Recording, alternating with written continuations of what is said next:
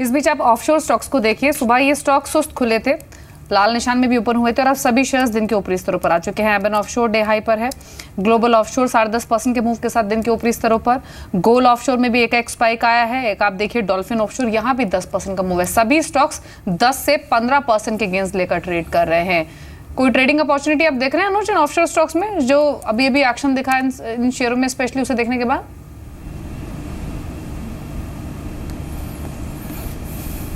काफ़ी अच्छा मूव दिखा है। अगर हम डॉल्फिन ऑफशोर की बात करें तो उसमें एक ब्रेकआउट देखने को मिला है 102 रुपये के ऊपर का। काफ़ी अवधि के बाद ये ब्रेकआउट देखने को मिल रहा है। आने वाले समय में अगर मार्केट यहाँ पर 85-8600 के आसपास ही सस्टेन करता है तो मेरे ख्याल से कहीं ना कहीं एक अच्छा मूव देखने को ज़रूर से मिलेगा। अपसाइड में तकरीबन 132 से 135 तक के टारगेट देखने को मिलते हैं। किसी भी लॉन्ग पोजीशन के लिए इस वक्त 98 रुपीज़ से नीचे के स्टॉप लॉसेज मेंटेन कीजिए। वीकनेस में मेरे ख्याल से कहीं ना कहीं डॉल्फिन के अंदर एक अच्छा मोमेंटम देखने को मिल सकता है। दीपाली, आप एक स्टॉक का जिक्र करना भूल गई, शुक्रवार का टुडेज ट्रेड सिलान एक्सप्लोरेशन, वो देखा आपने एग्जैक्टली करा। देखिए 10 रुपये ऊपर, यहाँ पर 7,34,000 शेयरों के वॉल्यूम्स के बीच में लगभग 5.5% ऊपर कारोबार कर रहा है। अभी जितने भी स्टॉक्स का आपने जिक्र किया ना, इसमें सबसे बड़ी चीज़ यही है कि risk reward ratio. I am just putting instance of Selan exploration versus a high of 670 in almost, आप देखिए 2014 मिड में, आज इसका प्राइस 207 है। दिक्कत यह है कि हम लोग आज की तारीख में देखते हैं daily chart, early chart, 5 minute chart. मज़ा इसमें अब कितना बाकी है वो पता चलेगा मंथली चार्ट्स पे, क्वार्टरली चार्ट्स पे। कुणाल, इस पर आपकी राय? मैं सारे स्टॉक्स, नॉट एग्जैक्टली सिलान, सारे ही स्टॉक्स को अगर मैं क्वार्टरली, मंथली पे देखूं, क्या फील आ रही है आपको? Well yes Virendra, I think सारे ही स्टॉक में यही चीज़ है। जैसे कि आपने सेलान के बारे में बताया कि 700 रुपये का करीब हाई और अभी 200 रुपये के आसपास ट्रेड कर रहा है काउंटर। वैसी ही स्टोरी अबान के अंदर भी है। आई थिंक करीब 950 के हाइस है और अभी 250 के लेवल के आसपास ट्रेड कर रहा है काउंटर। तो मैं समझता हूँ कि यही स्टोरी आई थिंक सारे ही काउंटर्स के अंदर है। और एक काफ़ी इंटरेस्टिंग चीज़ यहाँ पे जो देखने को मिल रही है सेलान के अंदर, कि पिछले कुछ एक दिनों से काफ़ी अच्छा वॉल्यूम काउंटर के अंदर देखने को मिल रहा है और कहीं ना कहीं एक डाउनवर्ड स्लोपिंग ट्रेंड लाइन का ब्रेकआउट भी देखने को मिल रहा है, जो डेफिनेटली मैं समझता हूँ कि एक काफ़ी पॉजिटिव बनता है स्टॉक के लिए। तो यहाँ पे ज़रूर एक बार वॉच किया जा सकता है इस काउंटर को। और एक काउंटर अबान ऑफशोर, जिसने मैं समझता हूँ कि ऑलरेडी ब्रेकआउट दे दिया है काउंटर ने, तो ये भी एक स्टॉक हो सकता है जो थोड़ा बहुत, यदि नीचे आता है, काउंटर ऑलरेडी 14-15% अप है, यदि थोड़ा नीचे आता है और 250 के लेवल के आसपास मिलता है तो अबान के अंदर भी मैं समझता हूँ कि दांव लगाया जा सकता है। जिस तरीके का ये ब्रेकआउट देखने को मिला है, मैं नहीं समझता कि 300 से पहले ये काउंटर अब रुक सकता है। तो अबान ऑफशोर भी दूसरा एक काउंटर होगा जहाँ पे मैं लॉन्ग बैट ले सकते हैं। एक बार इंडसइंड बैंक को भी देख लेते हैं। वेडनेसडे को नतीजा आने हो, नंबर से ठीक पहले स्टॉक का बिहेवियर कैसा है। हालांकि आप देखें शेयर को 1221 पर ट्रेड करा, बिल्कुल फ्लैट अभी है, कोई एक्शन नहीं है शेयर में बहुत ज़्यादा। और जो प्रोजेक्शंस हैं उसके मुकाबले, इंडस्ट्री के मुकाबले बेहतर लोन ग्रोथ एक्सपेक्टेड है। कंज्यूमर फाइनेंस डिवीजन पर क्योंकि कंपनी का ज़्यादा फोकस है, उससे फायदा पहुंचेगा। और प्रोविजनिंग में हालांकि सिक्वेंशियल बेसिस पर हल्की बढ़त की आशंका है, क्रॉस एनपीएस स्थिर रह सकते हैं। और शर्मिला, इनफैक्ट रिटेल लेंडिंग में जो बैंक्स हैं, पर रिटेल ओरिएंटेड बैंक्स जो हैं, उनकी परफॉर्मेंस इस क्वार्टर में भी ठीक रह सकती है, जिनमें नाम आते हैं जहन में HDFC bank, IndusInd bank, federal bank, city union bank. IndusInd bank क्योंकि ऑलरेडी काफी चल भी चुका है, तो क्या ये डिसेंट अर्निंग्स इस प्राइस पर फैक्टर्ड इन है या फिर कोई रिएक्शन आप एक्सपेक्ट कर रही हैं? अच्छे अर्निंग्स आते हैं तो उसके बाद आई थिंक अगर अच्छे अर्निंग्स आते हैं तो मार्केट जरूर एक थम्स अप देगा, क्योंकि आई थिंक कि फिलहाल अगर कोई एक सेक्टर जिसमें हमने बड़ा करेक्शन देखा है तो वो बैंकिंग ही होगा। और इसमें आई थिंक कोई बैंक एक्चुअली बहुत हद तक बचा नहीं है। यू नो, डेफिनेटली जो वीकर बैंक या जिसमें कोई प्रॉब्लम ऐसे एनविसाज हुआ एनपीएस वगैरह को लेकर, वो प्राइवेट बैंक्स भी ज़्यादा करेक्ट हुए हैं।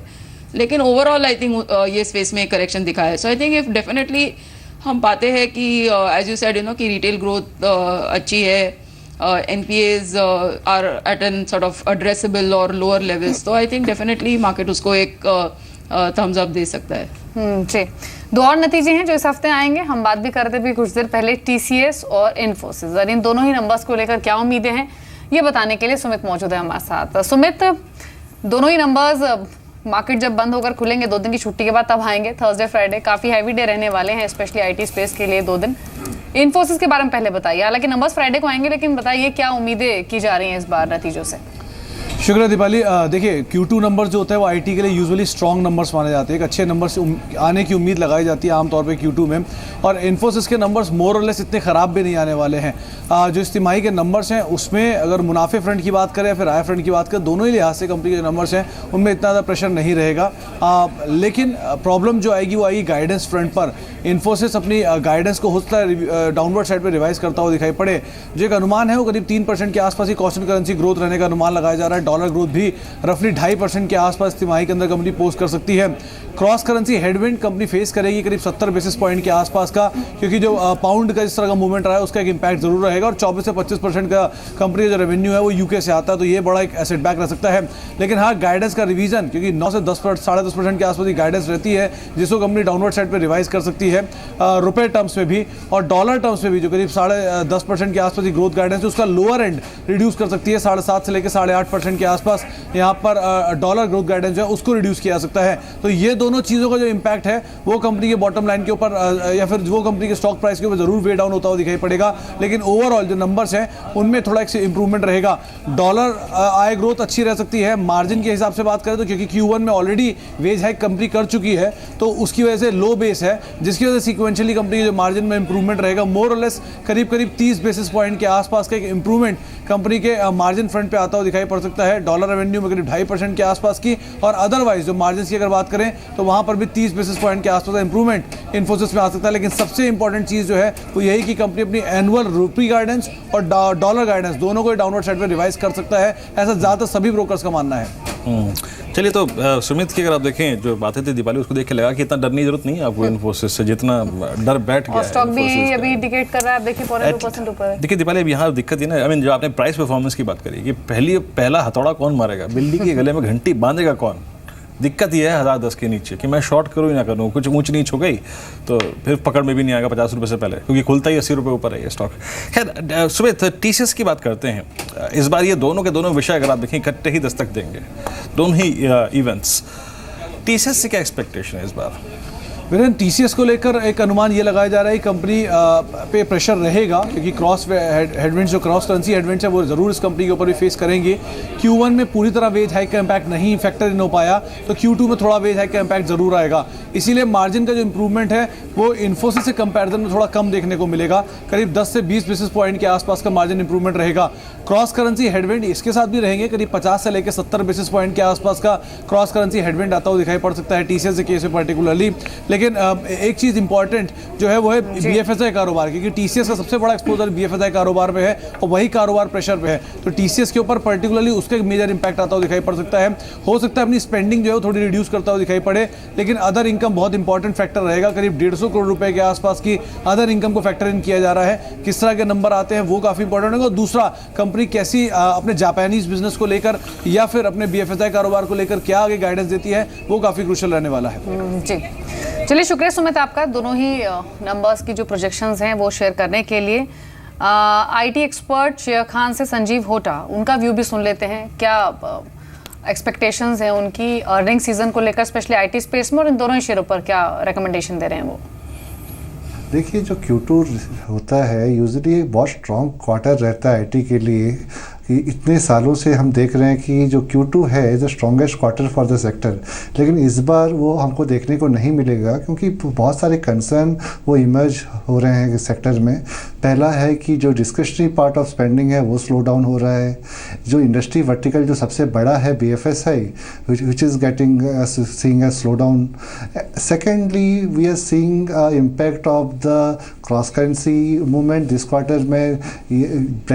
जो हमने देखा कि GBP vis-a-vis USD has depreciated close to 8%, जिसका भी हमको इम्पैक्ट दिखेगा रिपोर्टेड करेंसी में जो USD डॉलर में आएंगे। तो ये सब जितने भी कंसर्न्स हैं इनको सबको मिला के Q2 रिजल्ट हमको लग रहा है एक बहुत म्यूटेड नंबर्स देखने को मिलेगा। और कंस्टेंट करेंसी में हम देखें तो 0.5% to 3.3% का ग्रोथ देखने को मिलेगा अमॉन्ग द टॉप 5 कंपनीज में। अगर कंपनीज की हम बात करें तो इन्फोसिस का ग्रोथ अच्छे आएंगे, क्योंकि लास्ट क्वार्टर का जो ग्रोथ था वो बहुत ही म्यूटेड ग्रोथ था।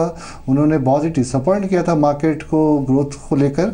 तो मुझे लगता है कि ये क्वार्टर का जो ग्रोथ आएगा इन्फोसिस का वो better than the last quarter, और मैनेजमेंट ने इसके बारे में पहले ही बोल चुका है कि this quarter is going to be the better than the Q1, तो इन्फोसिस के नतीजे अच्छे आएंगे। हालांकि अगर पूरे सेक्टर की बात की जाए तो ये क्वार्टर इतना अच्छा नहीं रहेगा जो कि हमने पिछले सालों में देखा गया है। मार्जिन्स को लेकर बात करें तो भी म्यूटेड मार्जिन परफॉर्मेंस रहेंगे क्योंकि रूपी बेनिफिट नहीं है, स्लोअर रेवेन्यू ग्रोथ है, उसके लिए मार्जिन परफॉर्मेंस रहेगा वो भी बहुत ही म्यूटेड रहेगा ये क्वार्टर में।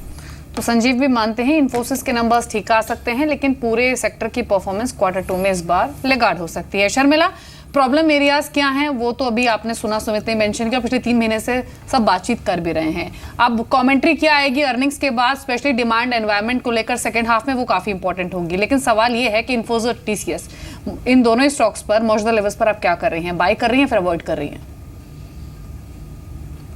आई think they're at buy definitely. I think जो हेडविंड्स है वो अपनी जगह पे है और इनके बारे में हमने काफ़ी सुना भी है पिछले 2-3 महीनों में। Again I think I completely agree की कमेंट्री इंपॉर्टेंट रहेगी, खास करके यूरोप के बिजनेस को लेकर। And I will add one more overhang कि यूएस में जो इलेक्शन है उसका नतीजा जब होगा तभी चलकर आई थिंक जनवरी में पिक्चर क्लियर होगा। But all said and done I think ये ऐसी कंपनीज है जहाँ पे you will continue to see growth, muted भले सही, और प्रॉफिट भी आते रहेंगे, लेकिन उसमें जहां हमें अभी एक्सपेक्टेशन है that you get sort of in the late teens और like that 18-19% kind of number, उस तरह के नहीं आए, लेकिन प्रॉफिटेबिलिटी जरूर रहेगी। So I think it's a buy for me. तो TCS और इन्फोसिस दोनों पर बाय रहेंगी शर्मिला, और दोनों स्टॉक्स बढ़त के साथ कामकाज करें। TCS आधा % ऊपर है, इन्फोसिस में 1.5 से 1.25% की बढ़त भी देखी जा रही है।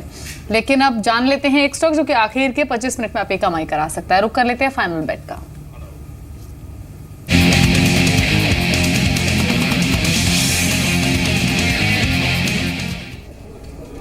बताइए रजत, कौन सा शेयर है?